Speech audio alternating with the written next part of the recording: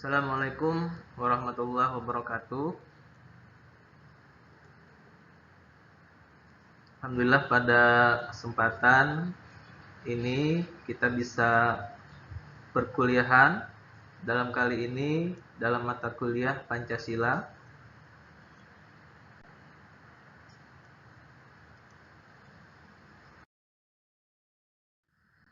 Untuk materi kita hari ini terkait dengan konsep menelusuri dan urgensi pendidikan Pancasila, di mana nilai yang dipegang teguh oleh masyarakat. Contoh di sini ada 4. Masyarakat Indonesia itu percaya kepada Tuhan dan toleran. Yang berikutnya yaitu gotong royong. Yang ketiga adalah musyawarah. Dan yang terakhir adalah solidaritas atau kesetiakawanan sosial.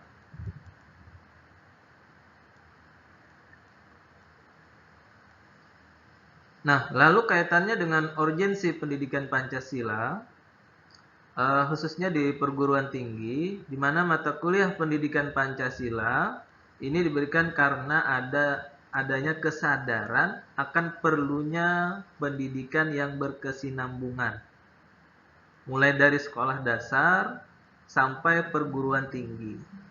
Nah, diharapkan di sini dengan pemahaman yang semakin mendalam akan nilai-nilai Pancasila, generasi muda dapat mengimplementasikannya dalam kehidupan sehari-hari.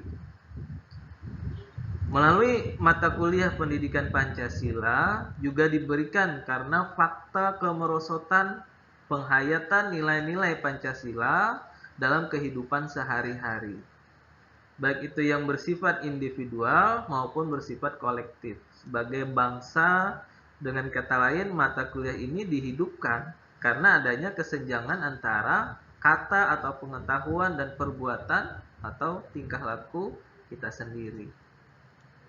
Nah, kalau kita mengamati kemerosotan penghayatan nilai-nilai Pancasila dapat disaksikan di semua bidang kehidupan, dari semua kelas sosial dan hampir semua profesi.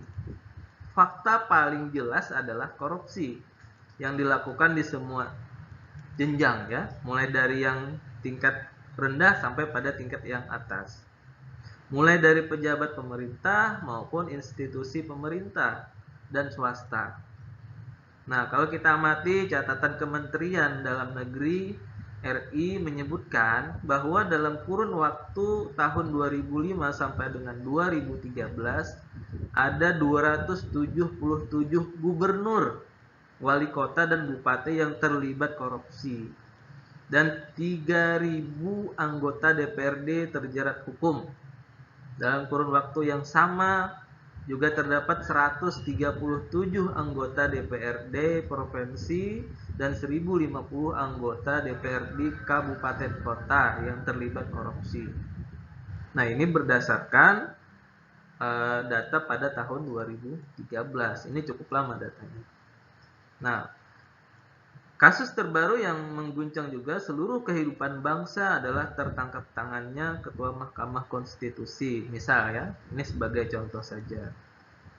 Selain kasus korupsi, patut disebutkan beberapa gejala yang mencerminkan kemerosotan penghayatan nilai-nilai Pancasila, seperti kerusuhan dan sengketa berlatar belakang SARA, kekerasan dalam rumah tangga, kesenjangan ekonomi, ketakmampuan golongan rendah untuk masuk jenjang sekolah dasar hingga perguruan tinggi.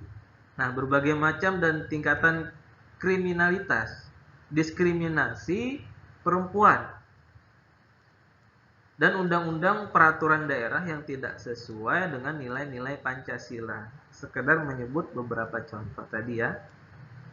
Nah, kalau kita lihat kembali sistem ekonomi Indonesia yang dalam Pancasila dan Undang-Undang 1945 itu dikenal sebagai demokrasi ekonomi yang berlandaskan gotong royong, dan praktiknya lebih condong ke sistem ekonomi liberal yang makin marginal kelas bawah. Nah, kesenjangan ekonomi tampak dengan jelas karena dalam sistem liberal seperti ini hanya orang-orang kaya yang tambah kaya. Sebaliknya, orang miskin makin terpuruk. Kekayaan tanah tumpah darah Indonesia yang sebetulnya dikelola untuk kesejahteraan rakyat, dikuasai oleh pihak asing dan konco-konco orang kaya. Nah, di sini pendidikan Pancasila diberikan karena kesadaran akan semakin derasnya arus ideologi asing, khususnya kapitalisme dan neoliberalisme, yang berkat sayap raksasa globalisasi menggembur seluruh pelosok Indonesia tanpa henti. Materialisme, hedonisme, konsumtivisme, serta gaya hidup yang dibentuknya telah dan sedang menerjang sudut-sudut terpencil di Indonesia. Nah, belum lagi nilai-nilai asing yang sangat digandrungi remaja dan kaum muda itu dikhawatirkan akan semakin melunturkan nilai-nilai Pancasila. Sebab itu dirasakan pendidikan Pancasila sebagai suatu keharusan. Lalu pendidikan Pancasila itu sendiri bertujuan untuk memberikan pemahaman benar akan Pancasila. Tidak disadari sering Pancasila yang diajarkan akan Pancasila yang tidak benar, yang merupakan bentuk tersamar dari ideologi yang justru bertentangan dengan Pancasila itu sendiri. Nah, oleh sebab itu, Pancasila yang diajarkan dalam pendidikan Pancasila adalah Pancasila yang dapat dipertanggungjawabkan secara yuridis maupun konstitusional dan objektif serta ilmiah.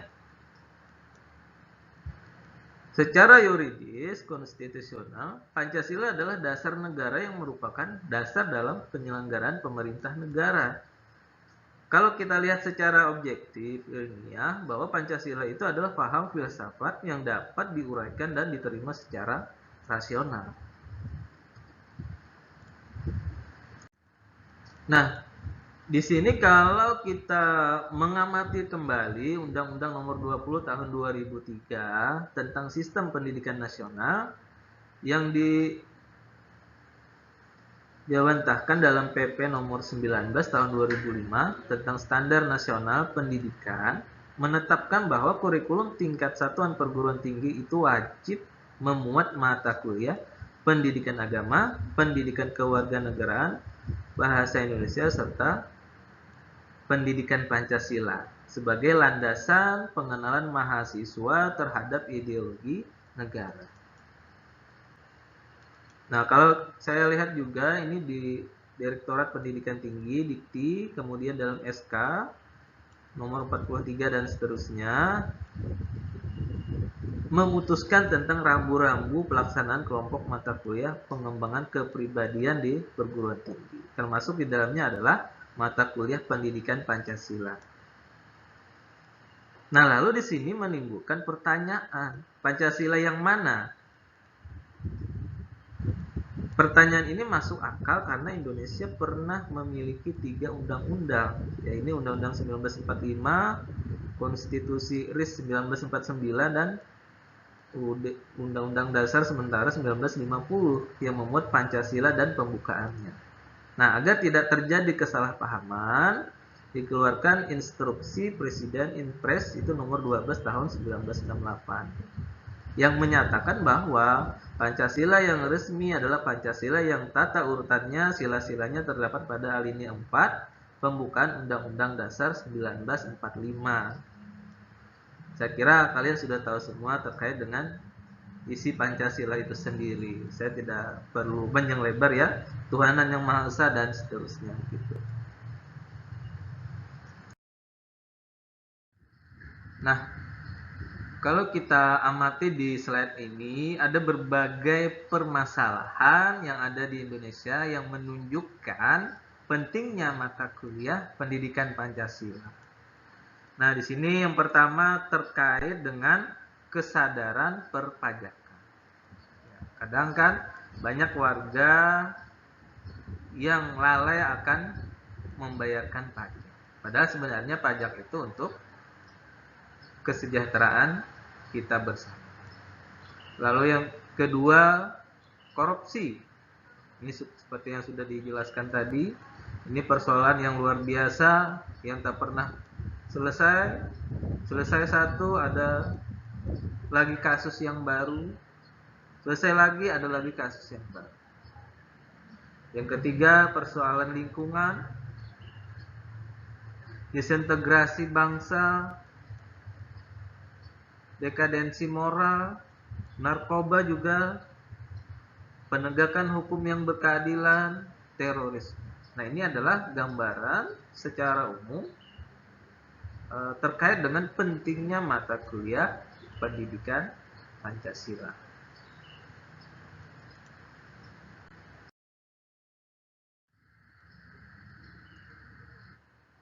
Nah, kalau kita amati di sini, urgensi pendidikan Pancasila khususnya di perguruan tinggi.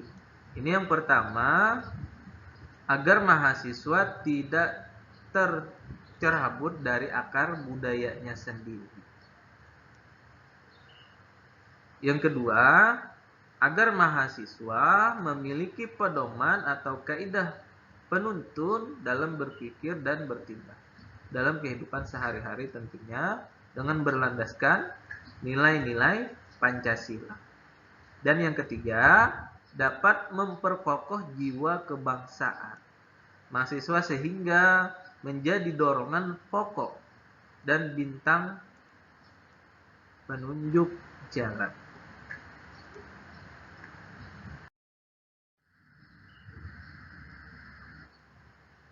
Yang keempat, agar tidak terpengaruh oleh paham-paham asing yang negatif. Nah, ini kalau kita lihat keadaan sekarang, banyak kita yang punya pandangan terkait dengan paham-paham asing seperti itu.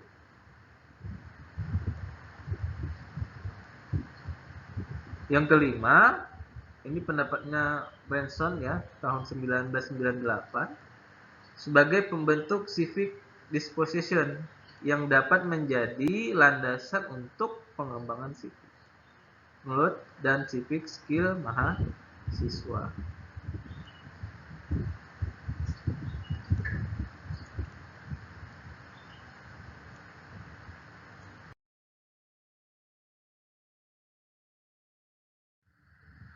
Nah, jadi pendidikan Pancasila diharapkan dapat memperkokoh modalitas akademik mahasiswa dalam berperan serta membangun pemahaman masyarakat. Antara lain terkait dengan kesadaran gaya hidup sederhana dan cinta produk dalam negeri. Kadang kita itu kan lebih membanggakan dengan produk luar negeri. Padahal sebenarnya dari segi kualitas ya tidak terlalu berbeda jauh seperti itu. Kadang kita itu kalau berbelanja barang atau suatu hal kadang termakan mereknya. Yang berikutnya, kesadaran pentingnya kelangsungan hidup generasi mendatang. Nah, ini perlu dipikirkan bagaimana generasi yang akan datang jangan lepas dari pedoman tentu terkait dengan nilai-nilai Pancasila. Yang berikutnya lagi, kesadaran pentingnya semangat solidaritas nasional. Kesadaran pentingnya norma-norma dalam pergaulan. Kesadaran pentingnya kesehatan mental bangsa. Kesadaran tentang pentingnya penegakan hukum. Dan yang terakhir, menanamkan pentingnya kesadaran terhadap ideologi Pancasila. Nah, ini kalau kita kaitkan kembali, tujuan pendidikan Pancasila dapat dilacak keterkaitannya dengan tujuan nasional dan tujuan pendidikan nasional. Tujuan pendidikan Pancasila itu adalah agar subjek didik memiliki moral yang sesuai dengan nilai Pancasila. Moralitas itu mampu terwujud dalam kehidupan sehari-hari. Nah, perilaku moral adalah perilaku keimanan dan ketakwaan terhadap Tuhan yang Maha Esa dalam masyarakat yang terdiri dari berbagai agama. Perilaku kemanusiaan yang adil dan beradab, perilaku yang mendukung persatuan bangsa Indonesia. Nah, kalau mungkin kita lebih rinci lagi,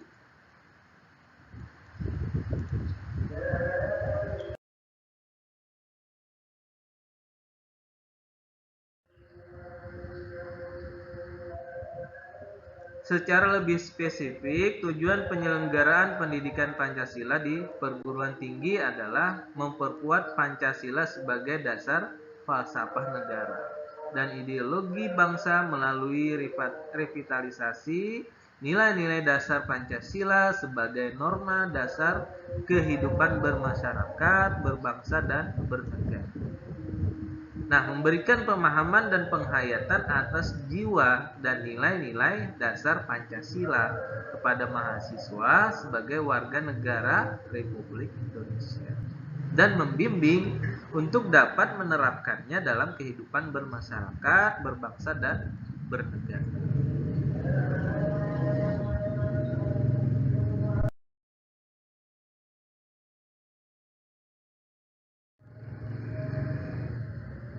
Yang berikutnya lagi, mempersiapkan mahasiswa agar mampu menganalisis dan mencari solusi terhadap berbagai persoalan kehidupan bermasyarakat, berbangsa, dan bernegara melalui sistem pemikiran yang berdasarkan nilai-nilai Pancasila dan Undang-Undang Negara RI tahun 1945. Yang berikutnya lagi, membentuk sikap mental mahasiswa yang mampu mengapresiasi nilai-nilai ketuhanan, kemanusiaan, kecintaan pada tanah air, dan kesatuan bangsa, serta penguatan masyarakat madani yang demokratis, berkeadilan, dan bermartabat berlandaskan Pancasila.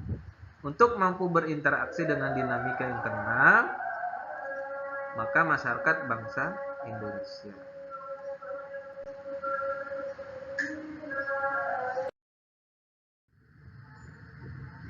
Yang berikutnya terkait dengan alasan diperlukannya pendidikan Pancasila. Nah, di sini penyelenggaraan pendidikan Pancasila sebagai mata kuliah di perguruan tinggi ditegaskan dalam surat edaran Direktorat Jenderal Pendidikan Tinggi nomor 914 tertanggal 30 Juni 2011. Undang-Undang Republik Indonesia nomor 12 tahun 2012 pasal 2 pasal 35 ayat 3. Nah, nanti ini bisa diperjelas, bisa dicari lagi terkait dengan ketentuan ini.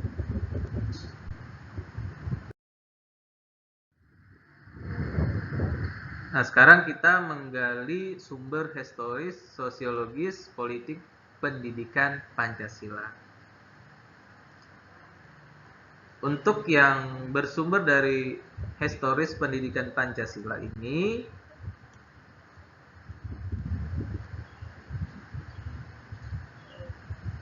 adalah landasan-landasan fakta sejarah yang dijadikan dasar bagi pengembangan pendidikan Pancasila. Baik yang menyangkut formulasi tujuan, pengembangan materinya, rancangan modal pembelajarannya, dan evaluasinya. Formasi pendidikan Pancasila tentu saja tidak hanya memiliki perspektif waktu ke belakang yang berisi alasan-alasan historis perlunya perilaku tertentu bagi generasi muda. Nah, pada dasarnya tujuan pendidikan Pancasila memformulasikan apa yang penting dari masa lampau, masalah yang dihadapi pada masa sekarang, dan cita-cita tentang kehidupan ideal di masa lampau. Lalu poin yang berikutnya, sumber sosiologis pendidikan Pancasila. Nah, kalau kita amati dari pengertian sosiologi itu adalah ilmu tentang kehidupan antar manusia.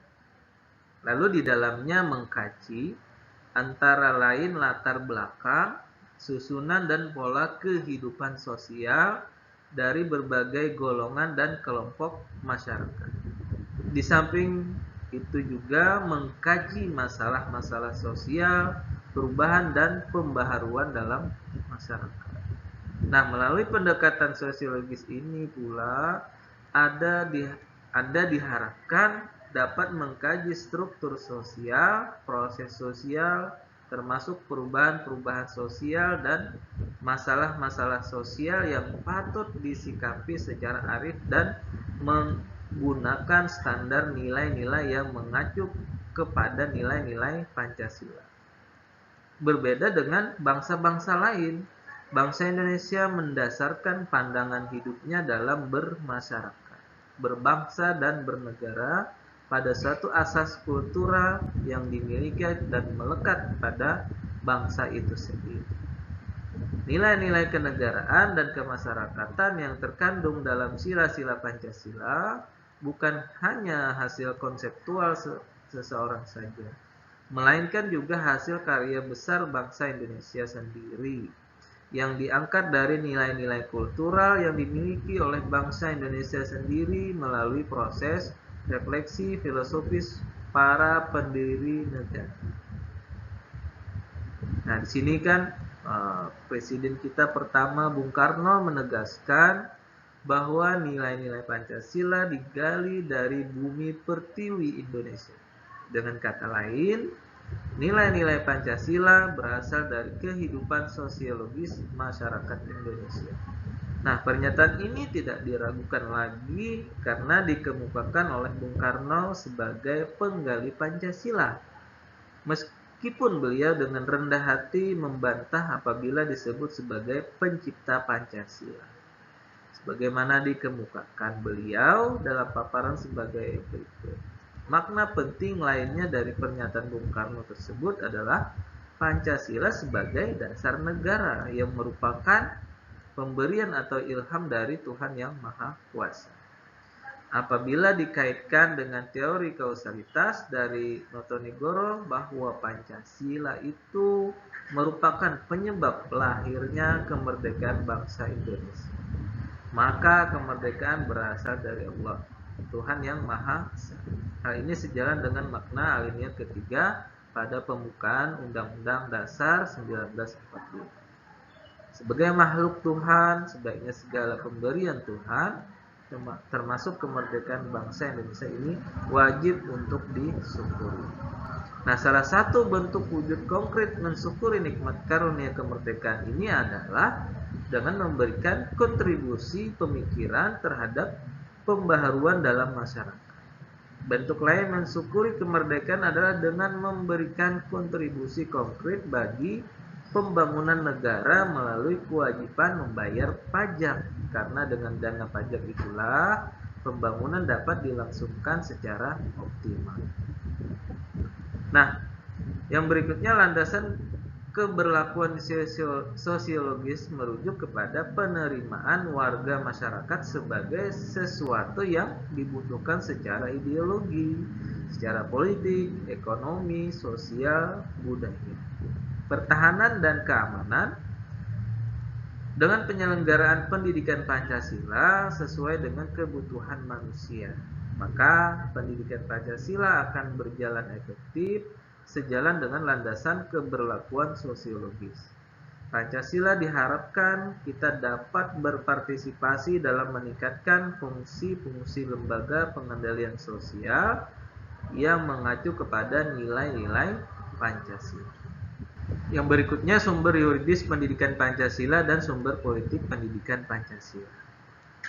Salah satu sumber pengayaan materi pendidikan Pancasila adalah berasal dari fenomena kehidupan politik bangsa Indonesia. Tujuannya agar Anda mampu mendiagnosa dan mampu memformulasikan saran-saran tentang upaya atau usaha mewujudkan kehidupan politik yang ideal sesuai dengan nilai-nilai Pancasila. Bukanlah Pancasila dalam tataran tertentu merupakan ideologi politik, yaitu mengandung nilai-nilai yang menjadi kaidah panutan dalam mewujudkan tata tertib sosial politik yang ideal. Hal tersebut sejalan dengan pendapat Budiarjo sebagai berikut. Nah, di sini dia katakan bahwa ideologi politik adalah himpunan nilai-nilai, ide, norma-norma, kepercayaan dan keyakinan. Sesuatu yang dimiliki seorang atau sekelompok orang atas dasar mana dia menentukan sikapnya terhadap kejadian dan problema politik yang dihadapinya dan menentukan tingkah laku politik. Nah, melalui pendekatan politik diharapkan mampu menafsirkan fenomena politik dalam rangka menemukan pedoman yang bersifat moral yang sesuai dengan nilai-nilai Pancasila untuk mewujudkan kehidupan politik yang sehat. Yang pada gilirannya nanti mungkin Anda akan mampu memberikan kontribusi konstruktif dalam menciptakan struktur politik yang stabil dan dinamis. Secara spesifik, fokus kajian melalui pendekatan politik tersebut yaitu menemukan nilai-nilai ideal yang menjadi kaidah penuntun atau pedoman dalam mengkaji konsep-konsep pokok dalam politik yang meliputi negara, kekuasaan, pengambilan keputusan, kebijakan, dan pembagian sumber daya negara, baik di pusat maupun di daerah. Melalui kajian tersebut, Anda diharapkan lebih termotivasi berpartisipasi, memberikan masukan konstruktif baik kepada infrastruktur politik maupun suprastruktur politik. Nah, sekarang kita bicara terkait dengan argumen tentang dinamika dan tantangan Pancasila. Nah, negara kita terhampar dari Sabang hingga Merauke.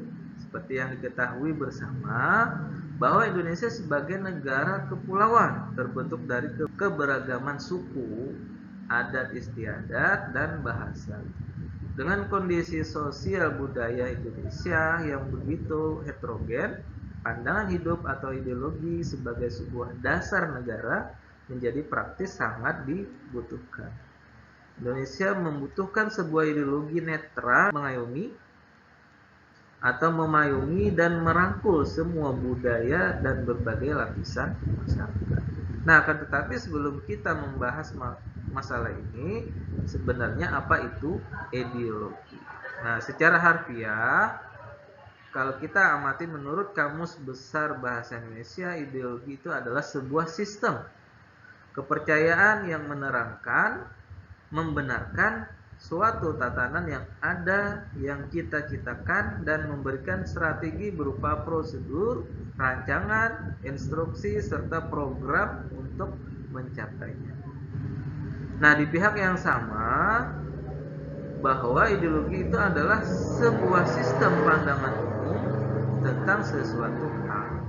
Jadi di sini ideologi adalah sebuah pandangan berupa tujuan yang ingin dicapai oleh sebuah kelompok tertentu yang memiliki kesamaan. Sebuah ideologi sebagai pemersatu bangsa yang ada di Indonesia tidak lain adalah Pancasila. Sebuah sistem yang dari awal dicetuskan telah menjadi sebuah dasar dari berbagai aspek kehidupan bangsa. Pancasila yang terjabar secara konstitusional telah menjadi asas normatif, filosofis, ideologis, konstitusional bangsa yang menjadi dasar dari kitab budaya dan moral politik nasional. Nah, kalau kita lihat dari sejarah, lebih dari 66 tahun yang lalu, sejarah Pancasila pada awal mulanya dibentuk atau diawali ketika pada tanggal 29 April 1945. Di sini Kaisar Jepang sedang memperingati hari lahirnya. Penjajah Jepang berjanji akan memberikan kemerdekaan terhadap bangsa Indonesia. Janji ini diberikan dikarenakan Jepang yang sedang terdasar oleh tentara sekutu. Nah, untuk mendapatkan simpati dan dukungan bangsa Indonesia boleh memperjuangkan kemerdekaannya. Untuk mengawalinya, Jepang membentuk sebuah badan yang bertujuan untuk menyelidiki usaha-usaha persiapan kemerdekaan Indonesia. Yang itu Badan Penyelidik Usaha Persiapan Kemerdekaan Indonesia atau disingkat BPUPKI. Dengan sejarah perjuangan Pancasila dari awal dibentuknya seperti disebutkan tadi, bahwa Pancasila itu membuktikan diri sebagai cara pandang dan metode ampuh bagi seluruh bangsa Indonesia untuk membendung tren negatif perusak asas berkehidupan bangsa. Nah, tantangan yang dahulu dihadapi oleh Pancasila sebagai dasar negara jenis dan bentuknya sekarang dipastikan akan semakin kompleks. Dikarenakan efek globalisasi ini adalah perkembangan di segala jenis kehidupan, di mana batasan-batasan antar negara menjadi tidak. Dikarenakan apa? Perkembangan ilmu pengetahuan dan teknologi atau perkembangan iptek. Nah, perkembangan arus informasi menjadi sebuah ciri spesifik dari terminologi globalisasi. Nah, setiap warga negara akan semakin mudah dan bebas untuk mengakses berbagai jenis informasi dari berbagai belahan dunia manapun dalam waktu yang sangat singkat. Dengan perkembangan informasi yang begitu cepat, tantangan yang diterima oleh ideologi pada saat ini juga menjadi sangat luas dan beragam. Nah, sebagai contoh misalnya beragamnya banyak agama di Indonesia, yang terkadang menjadi alasan pemicu konflik horizontal antar umat beragama. Ekonomi yang dimulai berpindah dari sistem kekeluargaan menjadi sistem kapitalisme di mana keuntungan merupakan tujuan utama. Paham komunisme, liberalisme, terorisme, dan Calvinisme, dan seterusnya. Masih banyak lagi hal dalam kehidupan warga negara Indonesia yang dipengaruhi oleh informasi yang begitu mudah dan cepat tersebut, tanpa bisa disebutkan satu persatu. Nah, masalah-masalah yang disebutkan tadi bertentangan dengan semua nilai yang terkandung dalam Pancasila sebagai dasar negara. Lalu sebenarnya apa fungsi Pancasila sebagai dasar negara? Nah, disinilah peran Pancasila yang pertama. Pada dasarnya adalah Pancasila itu digunakan sebagai penyaring informasi yang beragam, bahwa kita memiliki budaya dan pedoman yang harus tetap dijaga sebagai sebuah identitas bahwa kita adalah bangsa Indonesia. Jika sebuah warga negara tertutup, pastinya warga negara tersebut akan tertinggal jauh oleh perkembangan informasi yang begitu cepat.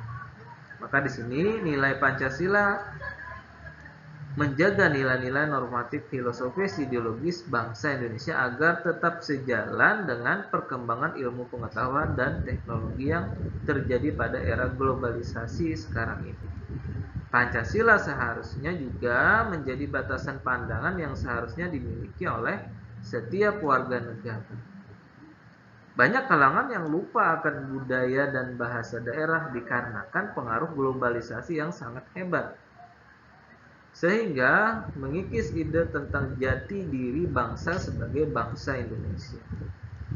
Batasan pandangan yang sesuai menurut Pancasila seharusnya menjadi garis bawah bahwa kita seharusnya boleh mengikuti perkembangan zaman. Akan tetapi ada beberapa batasan nilai yang harus dijunjung, yaitu nilai-nilai yang terkandung dalam Pancasila. Akan tetapi fungsi-fungsi tersebut sekarang ini sudah mulai dilupakan oleh kalangan masyarakat Indonesia. Hal ini dikarenakan apa? Atas perubahan yang terjadi pada lingkungan dan situasi kehidupan bangsa Indonesia di semua level wilayah. Nah, pernah B.J. Habibie menuturkan bahwa lenyapnya Pancasila dari kehidupan terkait beberapa hal. Yang pertama, situasi dan lingkungan kehidupan bangsa yang telah berubah baik di tingkat domestik, regional maupun global.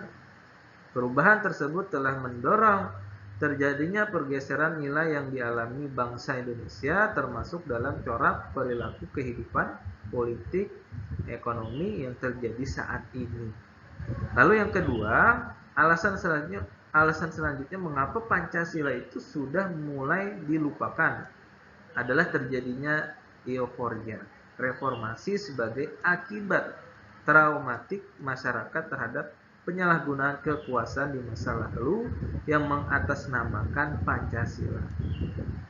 Trauma atas gerakan G30 SPKI yang selanjutnya dilakukan rezim Orde Baru yang menjadikan Pancasila sebagai alat propaganda masyarakat juga menjadi salah satu alasan mengapa Pancasila sudah mulai dilupakan. Nah, lalu bagaimana cara menghadapi tantangan sudah mulai memudarnya rasa memiliki warga negara dari setiap nilai-nilai Pancasila? Inilah menjadi pertanyaan besar, ya. Nah, hal ini dapat dilakukan dengan menyadarkan kembali reaktualisasi nilai-nilai tersebut dalam konteks kehidupan sehari-hari bangsa Indonesia. Tetap berpegang teguh pada nilai-nilai Pancasila dan menanamkan kembali ide tentang Pancasila sebagai dasar negara sejak dini. Bukan hanya tanggung jawab pemerintah, akan tetapi sudah merupakan tanggung jawab kita bersama, membantu mengatasi Pancasila dalam menghadapi tantangannya di era global sekarang ini.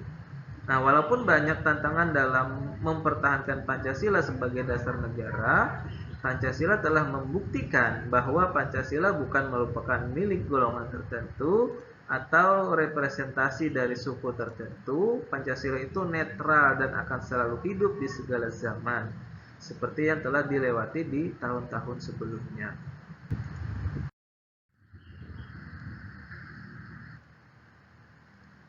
Nah, yang D, membangun argumen tentang dinamika dan tantangan pendidikan Pancasila. Bagaimana dinamika pendidikan Pancasila? Ini terkait dengan Dekret Presiden 5 Juli 1959. Ketetapan MPR nomor 2 MPR tahun 1978. Nah, lalu esensi dan urgensi pendidikan Pancasila untuk masa depan seperti apa? Nah, generasi penerus melalui pendidikan Pancasila dan kewarganegaraan diharapkan mampu mengantisipasi hari depan yang senantiasa berubah dari dan selalu terkait dengan konteks dinamika budaya, bangsa, negara dalam hubungan internasional, serta memiliki wawasan kesadaran bernegara untuk bela negara, dan memiliki pola pikir, pola sikap, dan perilaku yang cinta tanah air berdasarkan Pancasila. Semua itu diperlakukan demi tetap utuh dan tegaknya negara kesatuan Republik Indonesia. Tujuan utama pendidikan Pancasila dan kewarganegaraan adalah untuk menumbuhkan wawasan dan kesadaran bernegara, sikap serta perilaku yang cinta tanah air, wawasan Nusantara, serta ketahanan nasional dalam diri warga negara Republik Indonesia. Nah, selain itu bertujuan juga untuk meningkatkan kualitas manusia Indonesia yang berbudi luhur, berkepribadian, mandiri, maju, tangguh, cerdas, kreatif, terampil, berdisiplin, beretos kerja, profesional, bertanggung jawab dan produktif, serta sehat jasmani dan rohani. Nah, untuk pengembangan nilai sikap dan kepribadian diperlukan pembekalan kepada peserta didik di Indonesia. Salah satunya itu di perguruan tinggi. Melalui pendidikan Pancasila, pendidikan agama, ilmu sosial dasar dan ilmu budaya dasar, ilmu alamiah dasar, serta yang lainnya, dalam komponen kurikulum perguruan tinggi, hak dan kewajiban warga negara, terutama kesadaran bela negara, akan terwujud dalam sikap dan perilakunya bila ia dapat merasakan bahwa konsep demokrasi dan hak asasi manusia itu sungguh-sungguh merupakan sesuatu yang paling sesuai dengan kehidupannya sehari-hari. Nah, pendidikan Pancasila yang berhasil akan membuahkan sikap mental yang cerdas, penuh rasa tanggung jawab dari peserta didik. Sikap ini disertai dengan perilaku yang beriman dan bertakwa kepada Tuhan Yang Maha Esa, berbudi pekerti luhur, disiplin dalam bermasyarakat, berbangsa dan bernegara, rasional, dinamis, dan sadar akan kewajiban sebagai warga negara, bersifat profesional yang dijiwai oleh kesadaran bela negara. Lalu aktif memanfaatkan ilmu pengetahuan, teknologi, dan seni untuk kepentingan kemanusiaan bangsa dan negara. Nah, melalui pendidikan Pancasila, warga negara Republik Indonesia ini diharapkan nantinya mampu memahami, menganalisa, dan menjawab masalah-masalah yang dihadapi oleh masyarakat bangsa dan negaranya secara konsisten dan berkesinambungan dengan cita-cita dan tujuan nasional seperti yang digariskan dalam pembukaan Undang-Undang Dasar 1945. Demikian yang dapat saya sampaikan. Terima kasih atas perhatiannya. Saya tutup perkuliahannya. Wassalamualaikum warahmatullahi wabarakatuh.